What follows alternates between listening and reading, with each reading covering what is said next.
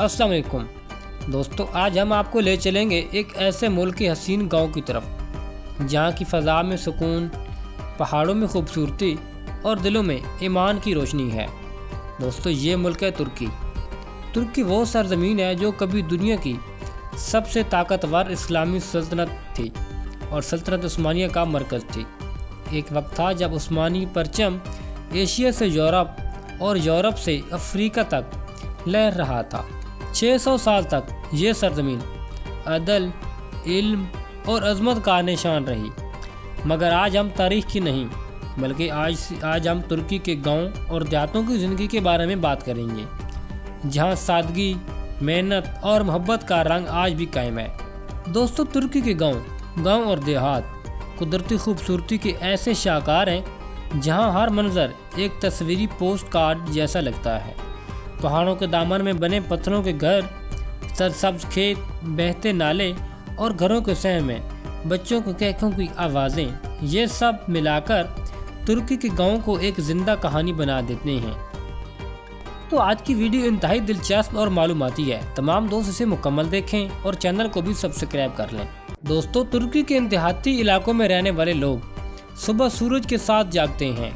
मर्द खेतों का रुख करते हैं जबकि औरतें घर के सहन में रोटी वगैरह और दीगर अपने घर के काम काज करती हैं और बच्चे स्कूल जाने से पहले मवेशियों को चारा डाल देते हैं।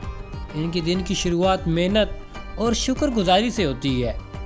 तो अभी हम थोड़ी सी नज़र डालेंगे तुर्की के अंदर कुदरती खूबसूरती, कुदरती नेमतें और यहाँ की ज़राअत की कि इन देहाती इलाकों में रहने वाले लोग अपनी काश्तकारी कैसे करते हैं, कौन कौन से तरीके अपनाते हैं, इनकी ज़मीन कैसी है और कौन कौन सी फसलें हैं। तो अगर बात की जाए तुर्की की ज़मीन की, तो तुर्की की सरज़मीन जो है, तुर्की की ज़मीन ज़रखेज़ है।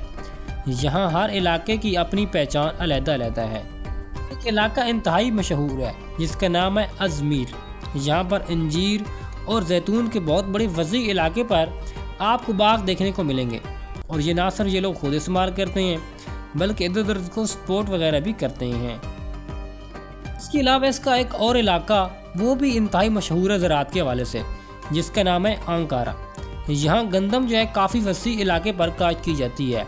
लोग गंदम काफ़ी वसी पैमाने पर काश्त करते हैं। यहाँ से गंदम की सालाना सैकड़ों टनों की तादाद में औसत पैदावार होती है और ये लोग अपने लिए भी इस्तेमाल करते हैं और इसको फ़रोख्त भी करते हैं। कुछ लोगों के तो यही अपना ज़रिया माश भी होता है। तो इसके अलावा एक और इनकी जगह है जो दीगर फसलों के हवाले से बहुत मशहूर है, जहाँ पर आपको सबसे ज़्यादा सूरजमुखी और मकई वगैरह देखने को मिलेगी। दोस्तों, तुर्की का एक और इलाका जो बागबानी के हवाले से बहुत ज़्यादा मशहूर है, जहाँ आपको सबसे ज़्यादा फ्रूट के बागात देखने को मिलेंगे, जिनमें सबसे ज़्यादा आपको अंगूर और चेरी के बागात देखने को मिलते हैं।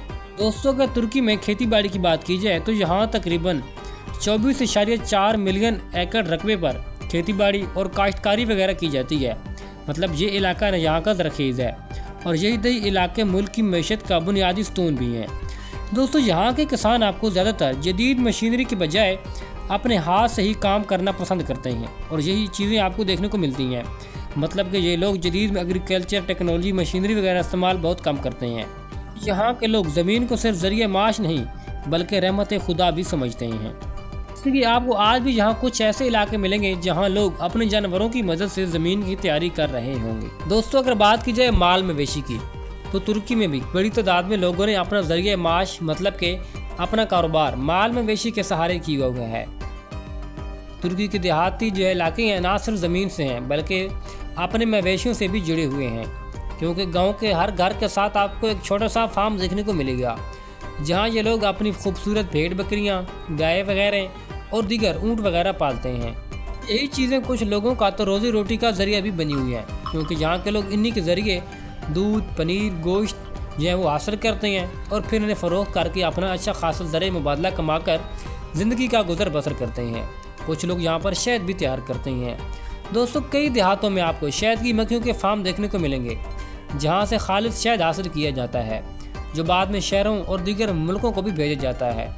इनके लिए ये सिर्फ कारोबार नहीं बल्कि एक रवायती हुनर है जो यहाँ पर नस्लों से चल रहा है और नस्ल दर नस्ल मुंतकिल होता रहता है। दोस्तों, तुर्की के इन देहाती इलाकों में आपको कुछ गाँव, घर और मकान बहुत ही पुराने और कदीम तरीन देखने को मिलेंगे, जो कि ज़्यादातर यहाँ पर आज भी सल्तनत उस्मानिया के ज़माने में तामीर किए गए घर आज भी आपको सही असली हालत में देखने को मिलेंगे।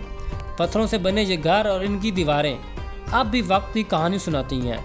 ये गांव आज भी अपनी असली हालत में मौजूद है और कुछ जगहों पर जदीद तरक्की भी आ चुकी है, जहां आपको ज़िंदगी की तमाम तर सहूलियात देखने को मिलेंगी।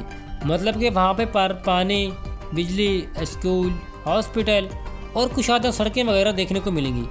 लेकिन कुछ इलाके अब भी वहाँ मौजूद हैं जहाँ जो पुरानी अपनी खुशबू रखते हैं, जहाँ चरावे बांसुरी बजाते हैं और शाम को पूरा गांव मस्जिद में जमा होकर नमाज पढ़ता है। यहाँ बहुत सी रौनकें और पुरानी चीज़ें आपको देखने को मिलेंगी।